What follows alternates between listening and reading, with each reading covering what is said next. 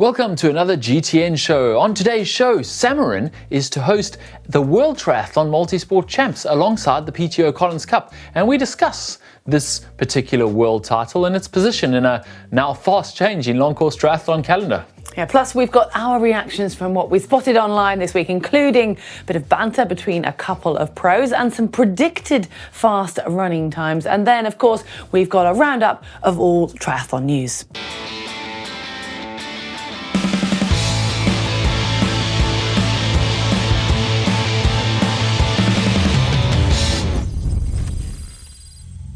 Okay, starting with some of the things we've seen on the internet in the last week.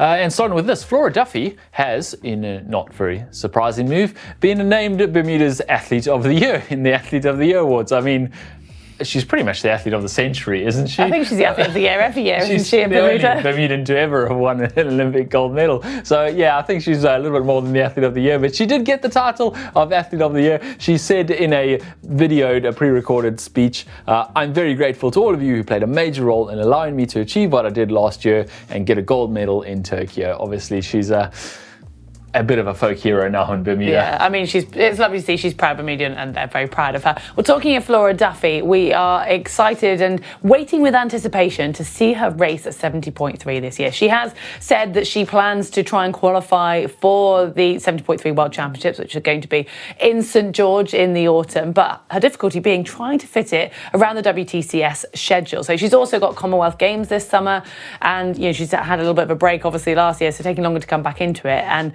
says her prime focus is still the WTCS and Commonwealth, but it's just finding that event. And you were saying that the South African one is no more. Interestingly, yes, she's won the 70.3 in South Africa in January, which would have been perfect this time, but that race is no more. And then they've moved that to the same day as the Ironman champs in Africa in Port Elizabeth, but it doesn't have a pro field, so she can't qualify there. So yeah, she's going to have to wedge a 70.3 somewhere in that WTCS calendar. Anyway, moving on to something else we've seen, and that is Kat Matthews, who did race this weekend, and she arrived with the wrong chain rings. Well, it obviously was worth that little bit of stress for Kat, because we'll talk about it later, but she had a pretty good race, and it's just really sweet to see pros helping each other out when they're in need. I've had to rely on exactly the same thing, actually. I've arrived at a race without my pedals. I took them off the bike while I was packing, put them in a little bag, nice and neat, and then left the bag on the workbench. Yeah, I bet it has happened so and I had to borrow some from a pro who was not racing, just like Kat Matthews did. Have you ever done the lending as well? I've never actually, no, I've never been lent on for anything. I mean, I would, happily, but it's just never been a situation where I've had to spare anything. My biggest issue is when we were filming in Malta and I forgot my derailleur for my mountain bike, and I drove all around the island for several days. No one had a compatible derailleur, so I had to borrow a whole bike in the end. Most people don't carry a spare derailleur, to be fair. Well, it was, the shops that didn't even have the compatible one. But anyway, enough about us, moving on. Courtney Daughter has been recovering well from her Barkley marathons. Well, it's a nice way to incorporate a new sponsor, I think. Yeah, I mean, don't we all want to be a sponsor? Isn't she lucky? That looks like a great sponsor. And it looks to be like sliding down the mountain. Yeah, it looks like they're supporting her in a really nice way too. I want a sponsor that sends me on a ski trip on a big pink flamingo. Anyway, Joshua Cheptegei, he's announced no skiing down mountains and flamingos. He has announced he's going for a world record, to break his own world record at the end of the month in Eugene, Oregon, which he set in 2020 at the Monaco Diamond League in the 5,000 meter, and he's announced to the whole world that he's going to break it at the end of the month. Yeah, I mean, that's pretty bold to sort of say, put that line in the sand and say, this is where I'm going to perform. I mean, hopefully the weather plays ball and everything else, and his paces are on it, but exciting to have something to look forward to, for us to watch at least. Talking of those best in the world, Jan Frodeno is having a little bit of banter with Cam Worth. We know Cam Worth loves to sort of rile up the other pros, doesn't he, all for a bit of fun. Well, Jan has said, just dropped Cam in the volcano. Yeah, which Cam obviously got a quick reply, because he always does, doesn't he? And he said, well, the virtual world is the only place you'll ever drop me on a bike. probably fair. I mean, it's great to see some banter though. We're about 6 weeks out from the Ironman World Champs, and it's good to see these guys going at each other and getting a bit of the excitement. Having enough time to sit on social media. It shows they're recovering as well. They're probably all typing their messages while they're sitting on Zwift these days. So yeah. One more piece of news, and this is from Michelle Vesterby, who has pulled out of the Ironman World Champs in St. George because she's expecting a second baby. Congratulations, Michelle and Klaus, on your arrival of your, well, not arrival yet, but the announcement that you're going to have a second baby soon. Congrats, guys. Okay, moving on to Tri News, and the Collins Cup is now becoming a big event and doubling up as a World Championships for the multi-sport World Championships. So we're actually going to have an aqua bike, an aquathon, the long distance championships and the Collins Cup all in 4 days. So it's becoming quite a big festival. So the Thursday is going to be the aquathon, which is going to be for elite and age group races. Then Saturday is the Collins Cup, the big event which pros have to be selected for. And then following that on the Sunday is the long distance, we'll explain in a moment, World Championships, which is for the pros and for the age groupers. And the PTO age group race, which they announced a while ago, is also going to be on the Sunday. So it's a big weekend of racing, and we're going to unpack this a little bit because it's quite interesting. So firstly, let's just say the duathlon and the cross triathlon events will actually be held in Romania in June, which is basically the other half of the multi-sport championship. So they split it in half. But this is where the long distance triathlon world championships will be crowned for world triathlon. And this world title has been around forever. It's one of the original world titles. Back when Ironman was Ironman and World Triathlon was World Triathlon, or RTU as they called it in those days, they had the World Championships, and it was a pretty big deal. But it's kind of lost its identity a little bit. So as Heather was saying, the Long Course World Championships run by World Triathlon, or RTU back in the day, was traditionally a 3K swim, 120K bike and a 30K run, which was somewhere between 70.3 distance and Ironman distance. It was favoured the swimmers a little bit more with a slightly longer swim, and it was its own event essentially. And then they've started just partnering it with other events, and a few times it's actually been partnered with a Challenge full distance race. Last time they held it was actually Challenge Almere, which was a full distance race, and now they've partnered with PTO to make it a shorter distance race because it's the PTO's new distance that they've made, the 100 kilometre. This will now be the shortest ever long distance world championship, won't it? Because it's actually shorter than what we would refer to as a middle distance. So it all starts to get a little bit confusing, both for the pros but also for the age groupers. If you're training for this long distance, you've qualified for the long distance world championship. I mean, how does that work? Because what distance are you even qualifying over to then go and race this completely different distance? It is getting pretty short. The other thing to really consider here is, as far as the identity of this world title goes, is where it fits in the whole calendar. I mean, the PTO now has added 3 events next year, and it'll be 4 or 5 the following year with $1 million or more. And this event comes in with $90,000. So it's not really a draw card for the pros. Add to that the Ironman World Champs with $750,000, the 70.3 World Champs with $350,000, multiple Ironmans with over $100,000, and this World Triathlon Long Distance Champs, which is happening the day after the PTO Collins Cup, where a lot of the pros are going to be. Is it really even a World Champs anymore? Is it not maybe time for the World Triathlon to just say, you know what, we'll handle the short distance, which they do really well, and we'll get to that in a moment because they've got a new exciting announcement on that front, and leave the long course racing to the PTO, for example, or Ironman, and just stay in their own pond, so to speak. Or they keep it as an age group long course world championship, because yes, the fact that it's already taken away the Collins Cup the day before, you're taking out, I can't remember exactly how many athletes, but a huge amount of the creme de la creme is taken out already, and then you're expecting the world media to get excited by the sort of second class racing. That is but for the age groupers, it's exactly for the age groupers. They still need to have, I think but there needs to be a decision made on what that distance is for the long, and I think it needs to say, right, this is what it's going to be moving forwards, and that is a line in the sand. Exactly, yeah. They're changing the distance to a fairly short distance. And the reason, like Heather says, it's more important for the age groups is because this is basically a federation event. So you would do your national championships or your regional champs, then your national champs. You would qualify for your national team to go to the world championships, which are hosted by World Triathlon, which is a very different pattern as opposed to going to a 70.3 world champs where you could qualify anywhere in the world. You're not necessarily representing your country. You're just representing yourself. So this is why it still exists and why it's such a big deal for the age groupers. But then obviously it becomes an issue if it's losing its identity and it's not actually a long course race It'll be anymore. interesting to see what different federations do for qualifying. But if any of you guys have already qualified or you're planning on qualifying for the Long Distance World Championships, we would love to know what your qualification criteria is and also just what you think about this change in distance. Do let us know in the comments section below. And as we're talking about new events, we have just heard from World Triathlon that they are going to have the World Triathlon Championship Series final in Abu Dhabi.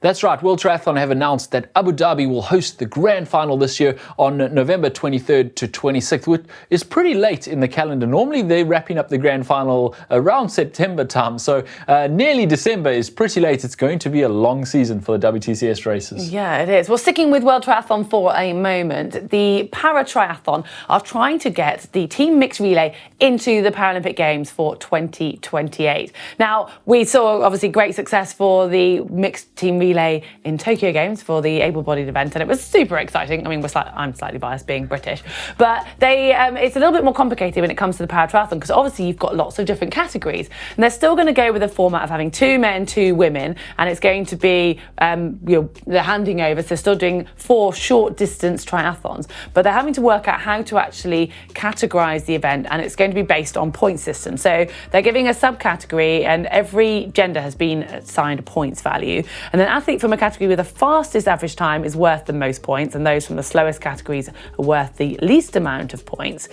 Each team cannot exceed 14 points total within their 4 athletes. So that kind of makes sense. You're having to work out from your pool your best ratio, I guess. So you have to weight your team. Basically, you can have 2 really fast men in the faster categories, I suppose, but they're going to give you 10 points, and then you're going to have your 2 females are going to be at 2s, you don't go over 14, and that's going to be really slow. So they're trying to, this is basically a test of the concept, and they're trying to see how they can structure it so that the para triathletes can have a very similar event, but obviously it's well weighted. They've also got to work out the handovers because obviously there's complications. Para athletes generally have to start in the water. They can't do what the able-bodied athletes do and run off from a hand touch and dive into the water.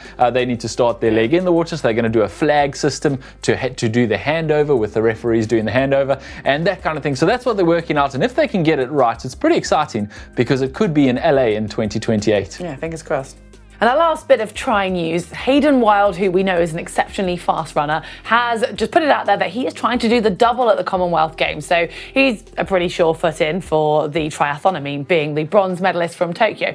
But he wants to double up and try and qualify and represent New Zealand for the 5K on track. And he's got a little bit of work still to do.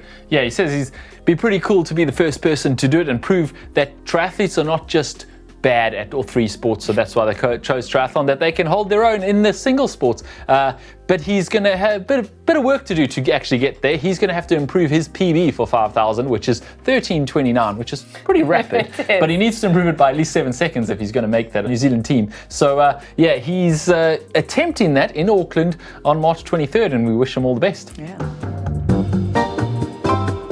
And now it's time for What the Tech. And we don't actually have any triathlon tech this week, but we figure we may as well talk about this because everyone in the cycling world is talking about it after Milan-San Remo this weekend. Did you watch it?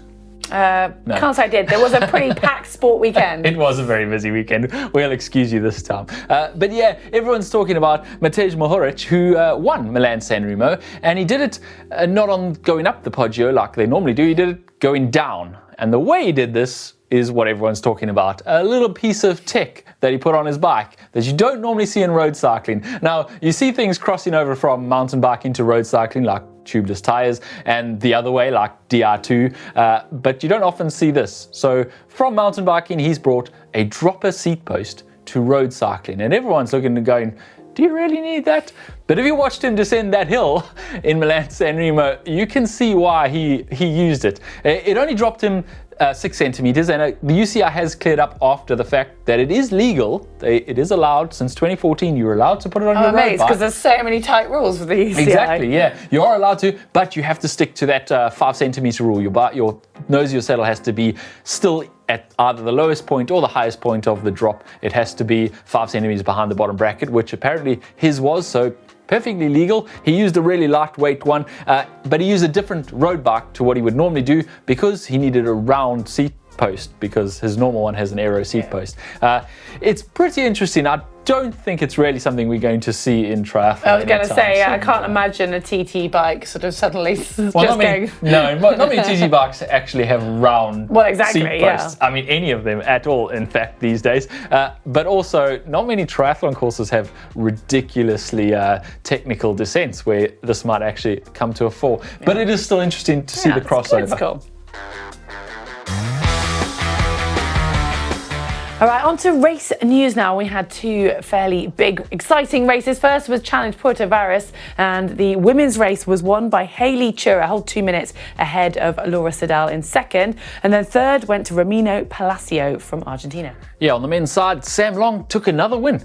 He didn't really look troubled the whole day. He overcame his deficit in the swim pretty quickly and then ran away with it, basically. He did lose a bit of time to chasing Matt Hansen on the run, who ran a 1:10.42 run split, but it wasn't enough. Sam Long taking the win, Matt Hansen second, and Luciano Toni of Argentina in third.